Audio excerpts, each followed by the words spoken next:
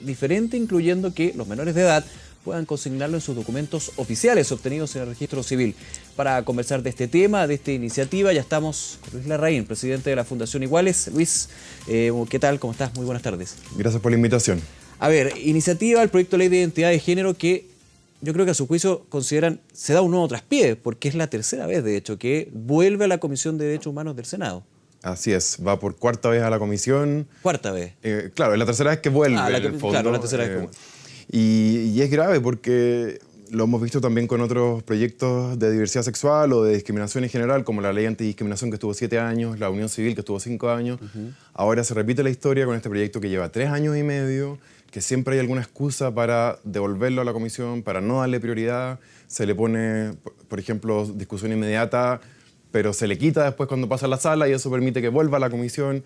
Y al final, bueno, lamentablemente las personas trans no son prioridad del gobierno, no son prioridad de los senadores tampoco. Recordemos de qué se trata el proyecto, cuál es el objetivo que tiene la iniciativa, porque muchas veces entre tantos trámites legislativos y proyectos que están en el aire, evidentemente podemos perder un poco el foco. Sí, de hecho, en la mejor de las ondas sentí que la introducción no le explicaba. Una parte, claro. No le explicaba también porque decía como permite que las personas cambien de sexo.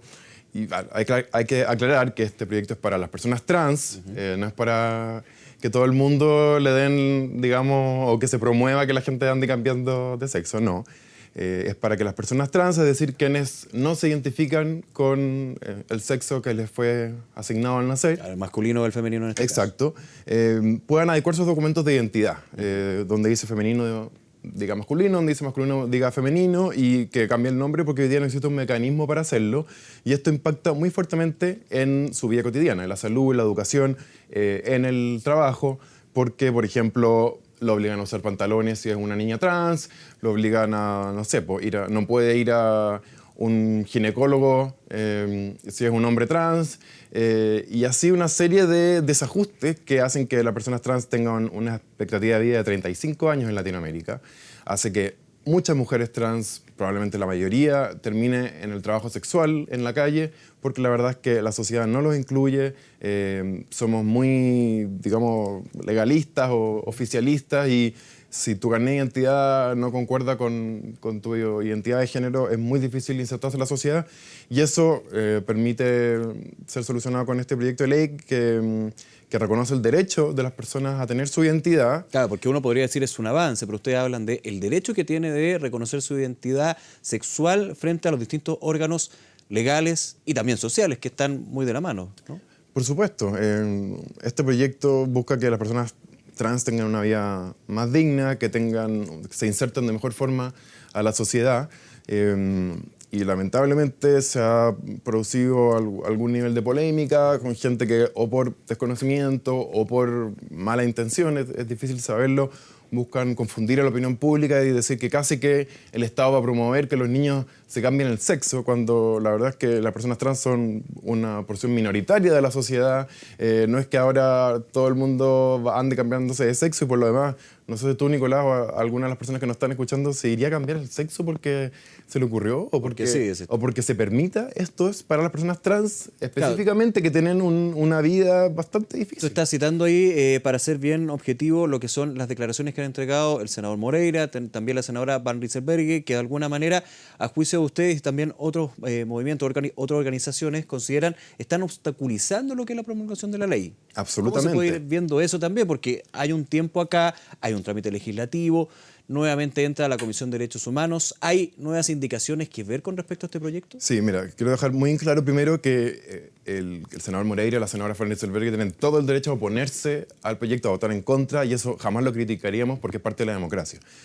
El problema son, por un lado, los argumentos. O sea, el senador Moreira dice que porque es cristiano va a votar en contra. O sea, por eso la gran mayoría del Congreso tendría que votar en contra. No, eso no es una razón de fondo. No, por un factor meramente religioso en este caso. Exacto. Y de hecho, muchas partes de la Iglesia, en particular la pastoral de la diversidad sexual, acompaña a personas trans. Por lo tanto, creo que esto no tiene mucho que ver con cristianismo.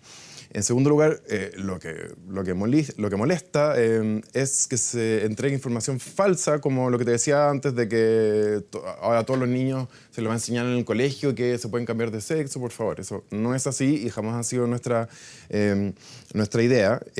Y en particular con la senadora Van Rieselberghe, por ejemplo, ella no solamente ha votado en contra, que está bien, sino que ha obstaculizado presentando decenas o quizás a esta altura ya cientos de indicaciones en contra del proyecto. Ella fue presidenta también, no sé, pedía la palabra. Ella interviene en cada artículo, cada inciso, cada numeral que se puede intervenir. Ella interviene dentro de las sesiones de la comisión. Dentro de la sesión. También estuvo de acuerdo en que se enviara a la Comisión de Constitución, donde estuvo 6 meses sin actividad. Y esa fue una de las veces que salió y volvió a la comisión.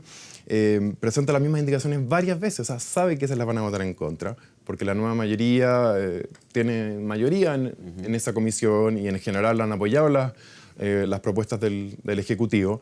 Sin embargo, las presenta igual mil y una vez. ¿Para qué? Para dilatar el proyecto, para demorarlo. Entonces, eso es lo que da rabia, porque creo que uno tiene que ser honesto.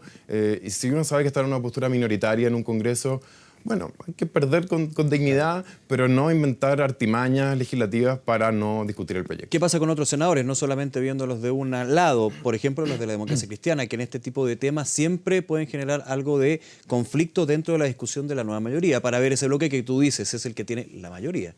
Sí, de hecho, no me consta 100%, pero según trascendió, en la reunión de comités, que son las reuniones que tienen los parlamentarios antes de la sesión, y que son secretas, por lo tanto nosotros no tenemos acceso, habría sido RN con la UDI y la ADC las que habrían impulsado que el proyecto volviera a la Comisión de Derechos Humanos porque no les parecía bien cómo había quedado redactado el tema de los menores de 18 años. Claro, aquí es un punto también que toma el senador Alamán, en términos de que, y ahí tú me corriges obviamente, que en el proyecto de ley señala que sin la autorización de los padres, aquellos menores de edad pueden hacer este cambio en términos de la identidad y el sexo en los documentos. Sí. Y él señala que como dato que el 85% de los menores que llegan a la disforia, que es la disociación entre el sexo biológico y psicológico, justamente se da en el pleno y a la espera de la madurez. Entonces, de alguna manera dice, bueno, pero eso de alguna manera estaría obligando a hacer este cambio a nivel de documentos oficiales.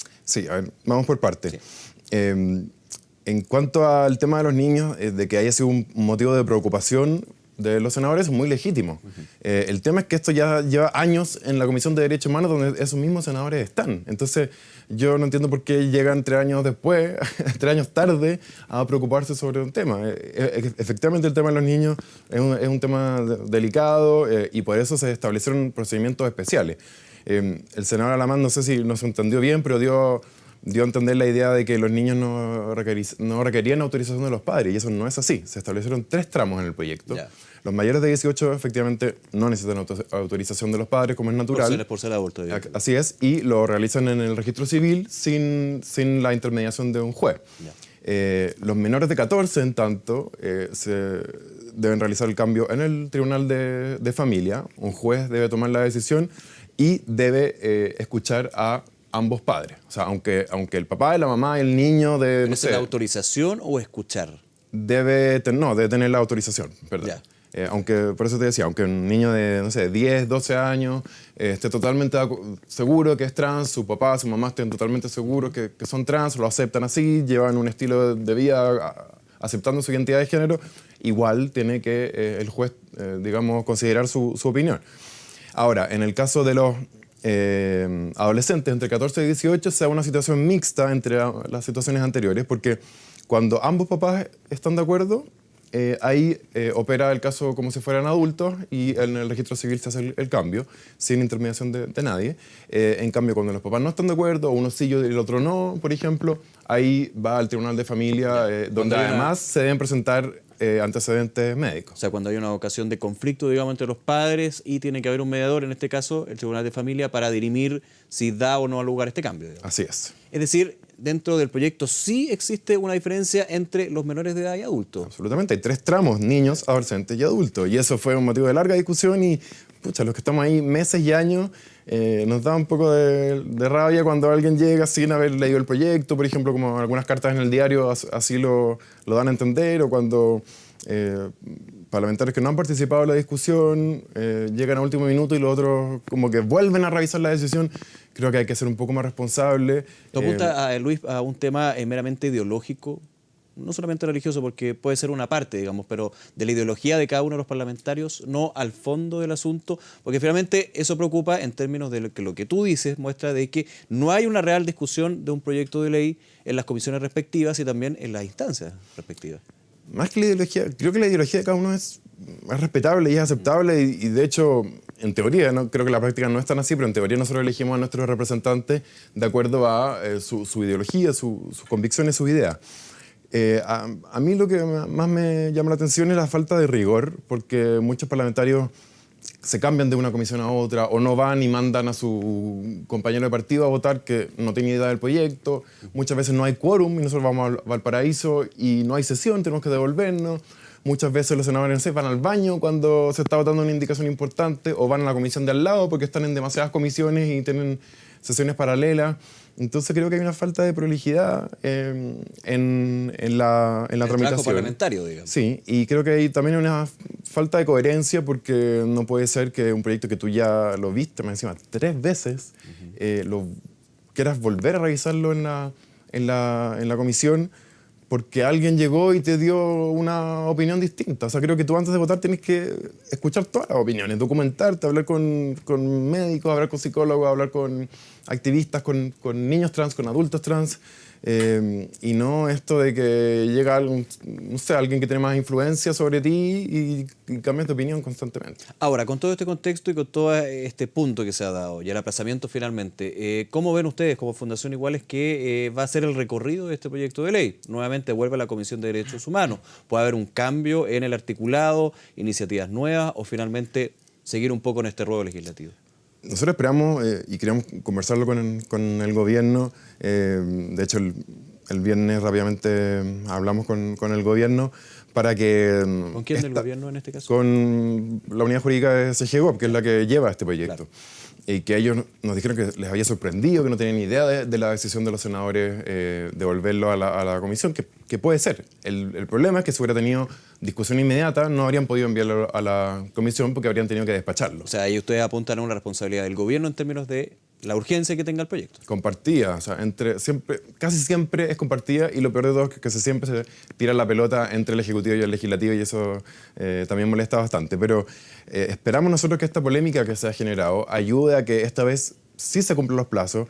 Este 13º periodo de indicaciones que se abrió, que es bastante vergonzoso, esperamos que no entren tantas indicaciones, pero la verdad es que lo más probable es que sí entren muchas, y eso va a implicar varias sesiones, y lo más, o sea, no sé si decirlo, pero hay una probabilidad de que el 13 de diciembre, que es la fecha que se fijó la semana pasada para volver a verlo en la sala, no esté listo, porque ¿qué pasa si hay 100 indicaciones o hay 200 indicaciones? No, en un mes no las alcanzan a votar.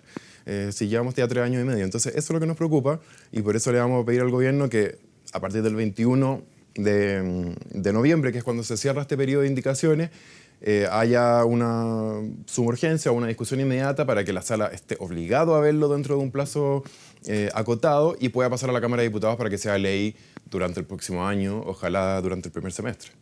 Bien, Luis Larraín, muchas gracias por acompañarnos. Gracias por la invitación. Buenas tardes. Buenas.